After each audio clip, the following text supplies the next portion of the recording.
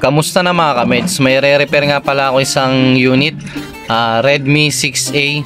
So ang issue pala nito, hindi na napipindot yung power switch niya. So pag pinipindot yung power button, hindi na siya nag-on or nag-off. Kaya ang gagawin ko ngayon, i-re-repair ko yung dun sa may power switch niya.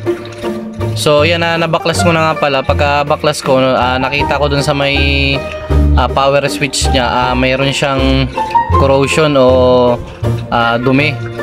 So nangyari ito pag nagkaroon ng dumi yung loob ng power switch. So ang ginawa ko lang dyan, nilinisan ko siya, kiniskis ko siya ng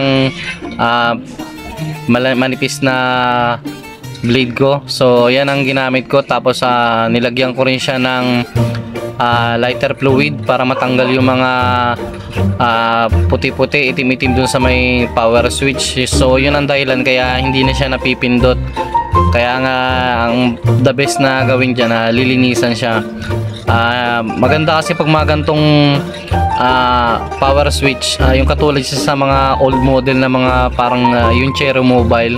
So malalaki siya, hindi yung katulad yung mga bago ngayon, yung maliliit lang, kaya mahirap ma-repair yun. Pero pag mga gantong malalaki yung power switch, madali lang siyang i-repair, kaya pang linisan. So yan, inis-is ko lang siya para matanggal yung mga itim-itim, puti-puti na dumi. Tapos ginamitan ko ng cotton buds, nilagyan ko siya ng lighter fluid para yung power switch niya gumana na ulit. So yun, nalinisan ko na siya. Nilagyan ko naman siya ng tape para at least protection din na hindi magalaw-galaw yung power switch niya. So yan, pinipix ko na ngayon yung power switch. So yan, inopen ko na rin yung unit para at least matesting na natin. So binalik ko rin yung tinanggal ko kanina na power button tsaka volume button. So yan, nag-open na yung unit. Okay na, ibig sabihin na gumagana yung ni-repair natin na power switch, kasi kanina hindi siya mag-power on. So ibabalik ko na rin yung connection ng fingerprint para ma-fix na natin tong unit. So yun lang pinaka-issue niya talaga, yung power switch niya.